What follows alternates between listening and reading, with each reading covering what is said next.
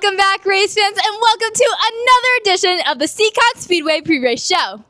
I'm your host, Giuliana Vanasse, and this is one of the biggest weekends of summer at the action track of the East. The regular season comes to a close, and the final 4 playoff fields will be decided in the all 10 Seekonk Speedway divisions. Fast Friday kicks off the weekend with 6 divisions battling for their place in the Sunoco Drive for the Cup. Then NASCAR Saturday celebrates Fan Appreciation Night with 4 divisions, a pit party, and the return of Fans on Parade. Saturday's pit party runs from 4:30 to 5:30 p.m., giving fans the chance to meet the drivers, see the cars up close, and enjoy time with their favorite race teams. After the heat races, the fans will take over the track for Fans on Parade. There's a lot on the line, with many drivers fighting for wins, playoff positions, and very valuable bonus points. We'll break down every championship battle and introduce you to a fan who turned her love of racing into a position on a late model crew. Fast Friday racing begins at 7 p.m. sharp, and NASCAR Saturday goes green at 6 p.m. Let's get you ready for a huge weekend of racing at Seekonk Speedway. The Knicks Pit Stop Legend Cars will headline Fast Friday with a 25-lap feature, and there's a major twist at the top of the standings. 6-time winner Jacob Burns will miss Friday's race while representing New England at the Kyle Busch Invitational at Bowman Gray Stadium. Burns has built a large enough advantage to remain safely in the playoffs, but his absence opens the door up for Mason Tessier to take over the championship lead and collect 5 very valuable bonus points. Tessier will lock himself into the Final Four simply by taking the green flag this Friday. Richie Helger Jr. currently sits third, 24 points above the cut line. The final transfer position belongs to Brody Wakefield, but Isaiah Newcomb is only 14 points behind him. Newcomb will need to finish approximately 7 positions ahead of Wakefield to make that Final Four. Brian Wilkinson Jr. also has a mathematical opportunity, but at 30 points behind the cut line, he will need a big night and some help from other drivers ahead of him. With Burns racing in North Carolina and the final playoff position still undecided in the Legend Car field, the Legends will be one of the biggest stories this Friday night. The Pure Stock Championship battle could not be much tighter. Peter Blue's victory last week moved him up within 14 points of Richie Johnson for the final position in the Sunoco Drive for the Cup. Ethan Souza leads the standings, but Bryson and Brent Robidoux are tied for second, only 8 points behind him. Then you have Richie Johnson, who is another 12 points back in 4th place. That means the battle isn't only about making the Final Four, but these drivers are also fighting for playoff points that could make a major difference during the championship rounds. Blue enters the night on the outside looking in, while Zachary Keith still has a mathematical opportunity from 20 points behind the cut line. 25 laps will decide who advances, who takes those bonus points, and who sees their championship hopes coming to an end.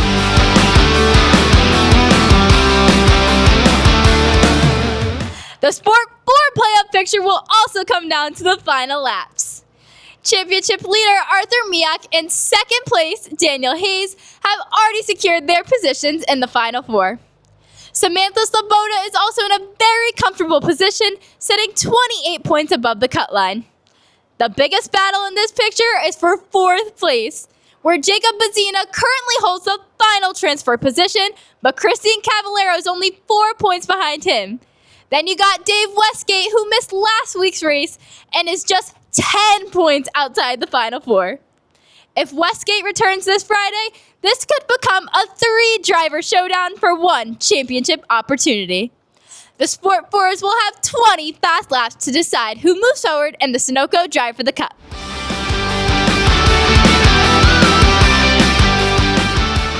Mike Cavallero has already locked up the top position in the one-way recycling Crown Vic Cruiser standings. Between his championship lead and the feature victories, Cavallero will enter the playoffs with a very impressive collection of bonus points. Then you have John Lallier and Nick Lecquier, who have also secured their final positions in the Final Four. That leaves just one spot still available. John Dulac's victory last week moved him into fourth, just 6 points ahead of Tyrese Mello. Mello has missed the last 4 races, making Dulac the favorite to claim that final playoff position. However, you need to remember nothing is guaranteed until that checkered flag falls, and the Crown Vics will settle the score over 20 laps this Fast Friday. 4 drivers will battle for the final 3 playoff positions in the Seekonk Grand Prix Bandolero Bandits. Landon Solomito has essentially secured the top spot and will be focused on adding more bonus points to his championship total. Behind him, you have Elias Dibb, who is second with 430 points. Then Jace Chaber in third with 426, and Brody Solomito holding off that final transfer position with a total of 422 points. Toby Lecquier sits just 8 points below the cut line. So with so little separating the drivers, every pass and every position could completely change the Final Four. This battle may not be settled until the final lap this Fast Friday.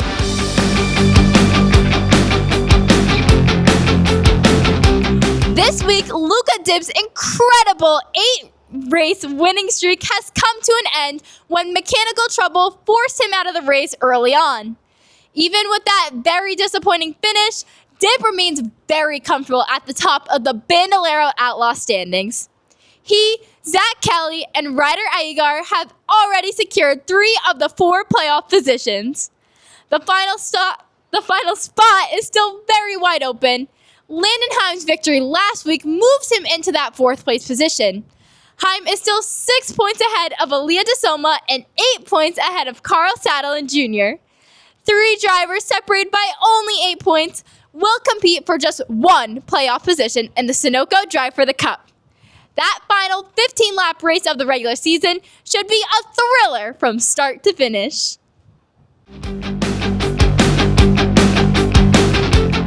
After the Fast Friday playoff fields are decided, the attention quickly turns to NASCAR Saturday and Fan Appreciation Night. All 4 NASCAR divisions will compete in their regular season finales, and every division still has an important championship story to settle. Before the racing begins, do not miss the pit party from 4:30 to 5:30 p.m. Then after the heat races, fans will be invited into the track for Fans on Parade. Now, let's take a look into the NASCAR Saturday Championship battles.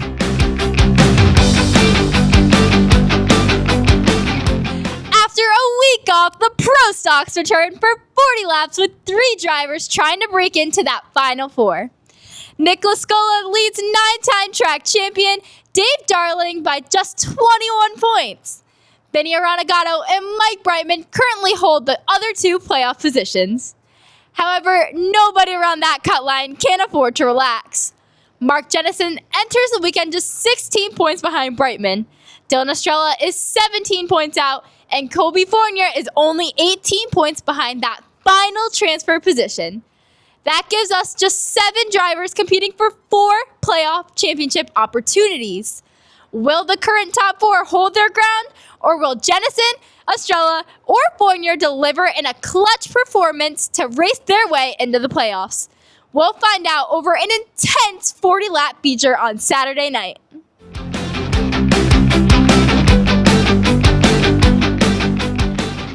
Models enter the weekend with one of the tightest championship battles here at Seekonk Speedway. Chase Belcher leads Ryan Vanasse Jr., Giuliana's brother, by only 9 points, and Richie Murray sits third, with Luke LeBrun currently holding that 4th and final playoff position. Defending champion Charlie Rose is only 6 points behind LeBrun as he tries to keep his hopes of winning back-to-back championships alive.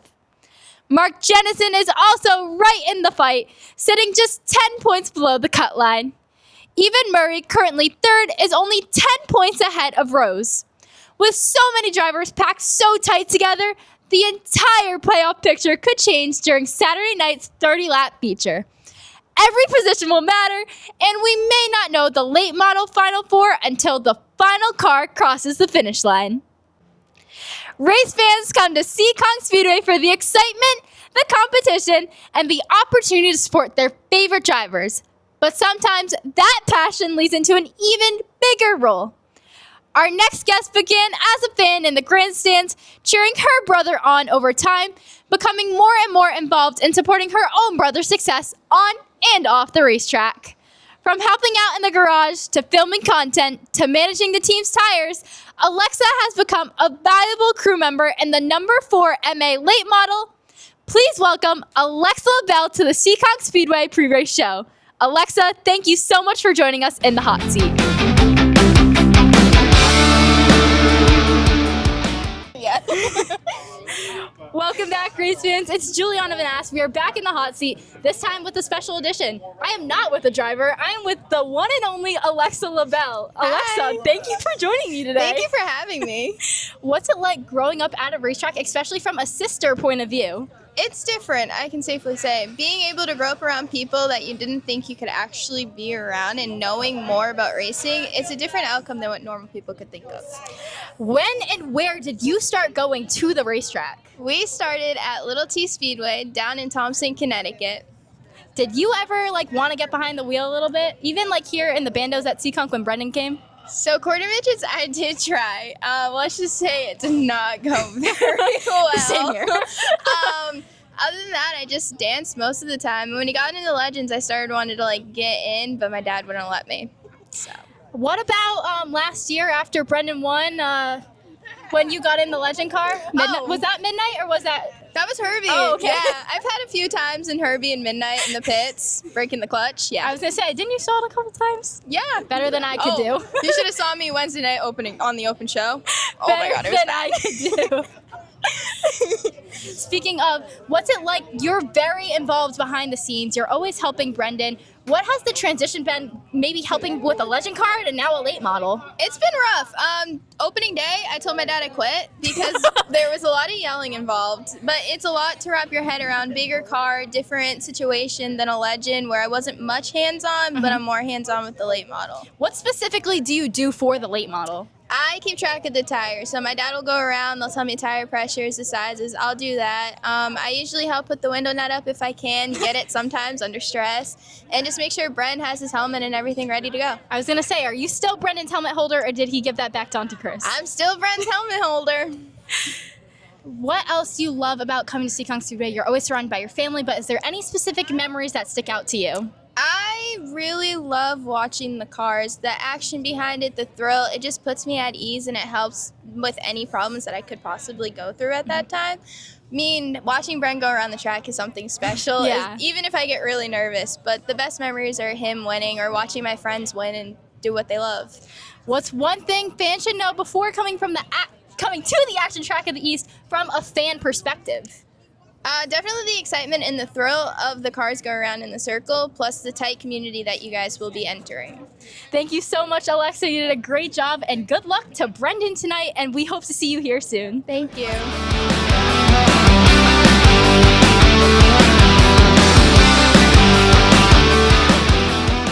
The sport trucks will be the first feature on the track this Saturday night, and 4 drivers appear to be battling it out for the final 2 playoff positions. Scott Custodio used another podium finish last week to increase his championship lead. He is in position to collect 5 playoff bonus points by finishing the regular season at the top of the standings. Defending champion Jake Vanasse enters the weekend 27 points above the cut line and should be safe with a solid performance. Behind them, the battle is extremely close. Your Rookie of the Year contender, Richie Helger Jr., sits 3rd, only 3 points ahead of Ethan Heilborn in 4th. Tim Bolger Jr. is just 3 points behind Heilborn and currently sits just outside the Final 4. Colton T, coming off his first career victory in the sport truck, is 18 points below the cut line and will be looking to keep his momentum going. The sport trucks have 25 laps to determine which 4 drivers will compete for a championship title. Sportsman Sportsman Final Four appears to close to being set, but the work is not finished yet. Randy Moretti has officially clinched his playoff position. With another solid finish, he should also secure the 5 bonus points awarded to the regular season championship leader. Doug Benoit takes second, followed by Nick Brightman and last week's winner, Scott Serdinsky Jr. Nick Wood is the first driver outside the Final Four, 33 points behind Serdinsky. Matt Talbot is 38 points below the cut line. Wood and Talbot will both need outstanding finishes and some trouble for the drivers ahead of them to have a chance at advancing. The Sportsman division returns for 25 laps to settle its playoff field.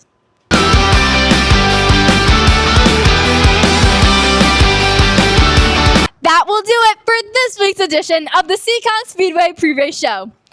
10 divisions, 2 nights, and 10 Final Four playoff fields waiting to be decided. Every lap, every pass, and every point will matter as we close out the regular season and prepare for the Sunoco Drive for the Cup. Fast Friday goes green at 7 p.m. with 6 divisions battling for their championship opportunities.